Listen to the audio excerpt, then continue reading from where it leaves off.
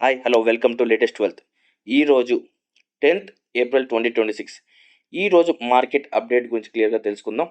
So కొత్తగా వచ్చిన వాళ్ళు మన ఛానల్ని లైక్ చేయండి, సబ్స్క్రైబ్ చేయండి, అలానే మీ ఫ్రెండ్స్ అండ్ ఫ్యామిలీ మెంబర్స్ కూడా షేర్ చేయండి.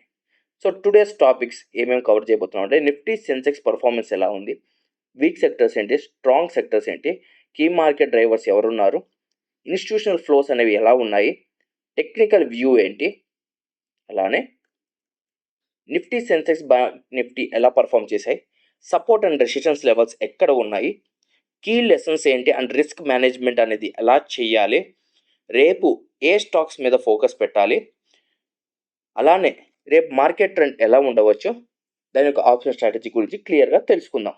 సో ముందుగా నిఫ్టీ, ఈరోజు నిఫ్టీ అప్లో ఉంది. 24,050 దగ్గర క్లోజ్ అయింది అప్లోనే. ఆ తర్వాత సెన్సెక్స్ వచ్చేసరికి కూడా 77,550 దగ్గర క్లోజ్ అయింది. ఇది market already 24,000 psychological level cross చేసింది. ఇది చాలా ఇంపార్టెంట్ లెవెల్, ఎందుకంటే సైకలాజికల్ లెవెల్స్లో ట్రేడర్స్ డెసిషన్ ఫాస్ట్గా చేంజ్ అవుతాయి. బ్రేక్ అయితే మూమెంటం అనేది బూస్ట్ అవుతుంది, ఫెయిల్ అయితే సడన్ ఫాల్ ఉంటుంది. 24,000 క్రాస్ అయ్యాక అందరికీ కాన్ఫిడెన్స్ వస్తుంది. బట్ మార్కెట్ అంటే ఎగ్జామ్ హాల్ లాంటిది, ఈజీ క్వశ్చన్ కూడా ట్విస్ట్తో ఉంటుంది. సో ఇప్పుడు అందరు గ్రీడ్లో ఉన్నారన్నమాట, ఎందుకంటే మార్కెట్ పెరుగుతుంది కాబట్టి. Next GIFT Nifty and India VIX. ఇప్పుడు గ్లోబల్ సిగ్నల్స్ చూద్దాం. గిఫ్ట్ నిఫ్టీ వచ్చేసరికి ప్లస్ 0.65% పాజిటివ్ ఓపెనింగ్ సిగ్నల్లో ఉంది. ఇండియా విఐఎక్స్ వచ్చేసరికి అలా 18.95, అంటే 7% డౌన్ ఉంది. ఎందుకంటే విఐఎక్స్ మీనింగ్ ఏంటంటే ఫియర్ ఇండెక్స్ అనమాట. తగ్గితే మార్కెట్ కామ్గా ఉన్నట్టు, ఒకవేళ విఐఎక్స్ పెరిగితే ప్యానిక్ సిచ్యువేషన్ అనమాట. ఇక్కడ విఐఎక్స్ డౌన్ అంటే ట్రేడర్స్ కాన్ఫిడెంట్గా ఉన్నారు, వోల్టాలిటీ అనేది తగ్గింది, స్టేబుల్ ట్రెండ్ పాసిబుల్గా ఉంది. మార్కెట్లో ఫియర్ తగ్గితే రీటైల్ ఇన్వెస్టర్స్లో ఓవర్ కాన్ఫిడెన్స్ పెరిగిపోతుంది. సో దానివల్ల కూడా మనకి ఎఫెక్ట్ అయ్యే ఛాన్సెస్. So be careful. ఇప్పుడు సెక్టర్ పర్ఫార్మెన్స్ అప్వర్డ్స్. బ్యాంక్ వచ్చేసరికి ప్లస్ 2% పెరిగింది. ఆటో ఇండస్ట్రీ వచ్చేసరికి ప్లస్ 1.5% నుంచి 2% పెరిగింది. రియాలిటీ సెక్టర్ వచ్చేసరికి ప్లస్ 1.5% పెరిగింది. కన్జ్యూమర్ డ్యూరబుల్స్ వచ్చేసరికి 1% నుంచి 1.5% దగ్గర పెరిగింది.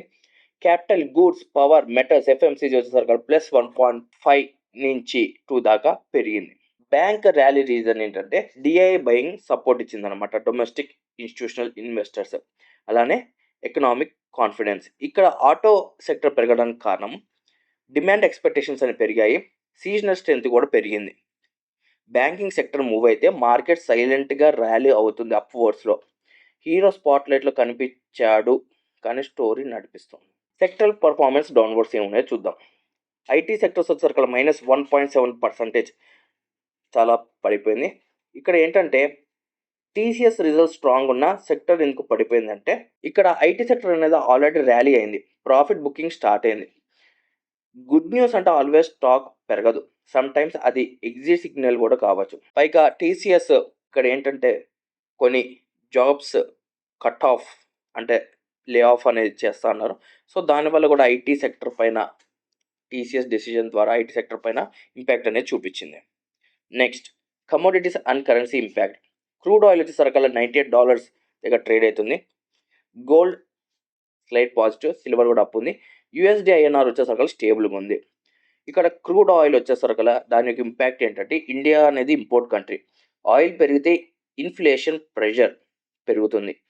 గోల్డ్ వచ్చేసరికి సేఫ్ హేవన్, ఫియర్ తగ్గితే గోల్డ్ కూడా స్లో అయిపోతుంది, మార్కెట్ ఫియర్ తగ్గితే గోల్డ్ స్లో అవుతుంది అనమాట. ఇక్కడ ఏంటంటే పెట్రోల్ రేట్ పెరిగితే మనకి కార్ డ్రైవ్ కన్నా వాకింగ్ బెటర్ అనిపిస్తుంది కదా. సో మార్కెట్ కూడా అంతే, క్రూడ్ ఆయిల్ ప్రైస్ పెరిగితే మార్కెట్ కూడా స్లో అయిపోతుంది. Key market drivers.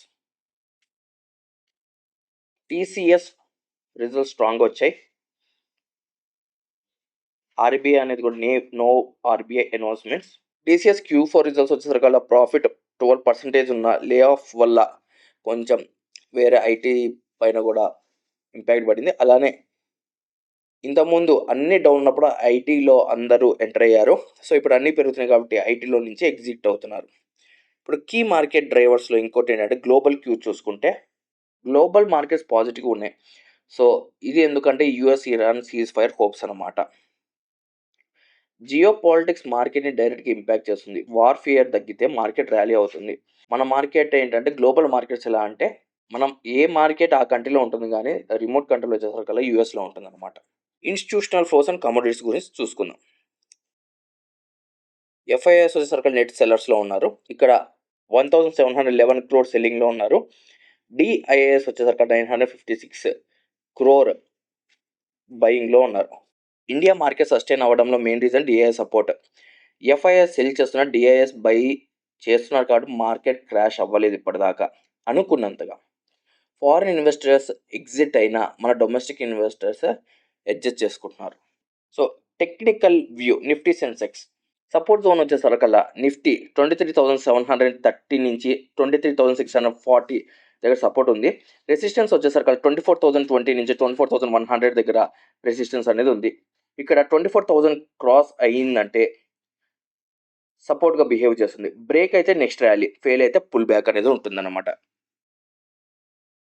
What to learn and behaviour mistakes to avoid. Panic cell చేయకండి, ఐటీ స్టాక్స్ చేస్ చేయకండి, రివేంజ్ ట్రేడింగ్ అవాయిడ్ చేయండి. ఎక్స్ప్లెనేషన్ క్లియర్గా చెప్పాలంటే 900 పాయింట్స్ రికవరీ చూసారా, మార్కెట్ సడన్గా రివర్స్ అవుతుంది. మార్కెట్లో ప్రేషన్స్ లేనివాడు ప్రాఫిట్ చూడలేడు. సో బిహేవియరల్ మిస్టేక్స్ అనేది జాగ్రత్తగా చూసి అవాయిడ్ చేయండి.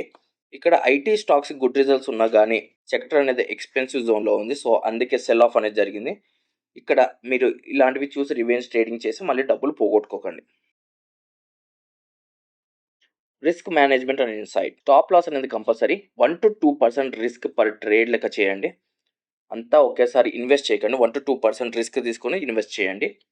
ప్రొఫెషనల్ ట్రేడర్స్ ప్రాఫిట్ కన్నా రిస్క్ కంట్రోల్ మీదే ఫోకస్ ఎక్కువ చేస్తారన్నమాట. హెల్మెట్ లేకుండా బైక్ రైడ్ చేయకండి, అలానే స్టాప్ లాస్ లేకుండా ట్రేడింగ్ చేయకండి. Stocks in focus. Banking stocks ICICI, HDFC ఎందుకంటే ఈరోజు స్ట్రాంగ్గా ర్యాలీ అయ్యాయి. సో కంటిన్యూషన్స్ ఉండవచ్చు కాబట్టి అనాలిసిస్ చేసి దాని తర్వాత ఎంటర్ కాడి. నెక్స్ట్ ఆటో సెక్టర్ ఎందుకంటే మూమెంటం అనేది ఈరోజు ఉంది, రేపు కూడా ఉండే ఛాన్స్ ఉంది. ఐటీ సెక్టర్ ఎందుకంటే ఈరోజు పడిపోయింది కాబట్టి రేపు రికవర్ అయ్యే పాసిబుల్ ఛాన్స్ అనేది ఉంది. స్ట్రాంగ్ సెక్టర్స్లో కంటిన్యూషన్ ట్రేడ్స్ చూడండి. వీక్ సెక్టర్స్లో రివర్సల్ కన్ఫర్మేషన్ కోసం వెయిట్ చేయండి. ఇక్కడ రియాలిటీ అండ్ ఎఫ్ఎంసీజీ కూడా ఇక్కడ ఎందుకు ఇది లేట్గా చూపించాను అంటే సెంటిమెంట్ అనేది పాజిటివ్గా ఉంటేనే ఈ యొక్క రెండు సెక్టర్స్ని చూడండి. అప్కమింగ్ ఈవెంట్స్ వచ్చేసరికల్లా US Iran talks, Q4 results మన కంపెనీస్, ఇండియన్ కంపెనీస్, అలానే యుఎస్ ఇన్ఫ్లేషన్ డేటా అది కూడా మన పైన ఇంపాక్ట్ చూపిస్తుంది మన మార్కెట్ పైన. So weekend news Monday market direction decide చేస్తుంది అనమాట. కాబట్టి జాగ్రత్తగా గమనించండి. ఇక్కడ మీరు అయిపోయే ముందు ఒక విషయం గమనించుకోవాలి. మార్కెట్ కరెంట్లీ పాజిటివ్ బయాస్లో ఉంది, కానీ సడన్ న్యూస్ ఇంపాక్ట్ అనేది చాలా హెవీగా ఉంటుంది. కాబట్టి గమనించకుండా ఉండండి. డిప్స్లో బై చేయండి, ఓవర్ ట్రేడింగ్ని అవాయిడ్ చేయండి, అలానే ట్రెండ్ ఫాలో అవ్వండి. Either it's bearish or bullish.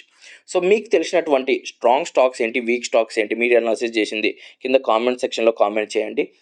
మీకు ఒక నెంబర్ చెప్తాను, అందరూ ఆ నెంబర్ని నోట్ చేసుకొని హాయ్ అని మెసేజ్ చేయండి. ఫ్రీ కోచింగ్ కోసం ఈ నెంబర్కి ఖచ్చితంగా ఇప్పుడే హాయ్ అని మెసేజ్ చేయండి. Thank you. 6303235744. మళ్ళీ చెప్తున్నాను, 6303235744. ఇప్పుడే ఈ నెంబర్కి హాయ్ అని మెసేజ్ చేయండి. రోజు ఇలానే మీకు డైలీ మార్కెట్ అప్డేట్స్ రావాలంటే మా యొక్క ఛానల్ని ఫాలో అవ్వండి, సబ్స్క్రైబ్ చేయండి, కామెంట్ చేయండి, అలానే బెల్ ఐకాన్ ఖచ్చితంగా క్లిక్ చేయండి. అలానే మీ ఫ్రెండ్స్ అండ్ ఫ్యామిలీ మెంబర్స్తో కూడా ఈ వీడియోని షేర్ చేయండి, వాళ్ళకు కూడా నాలెడ్జ్ పెంచండి.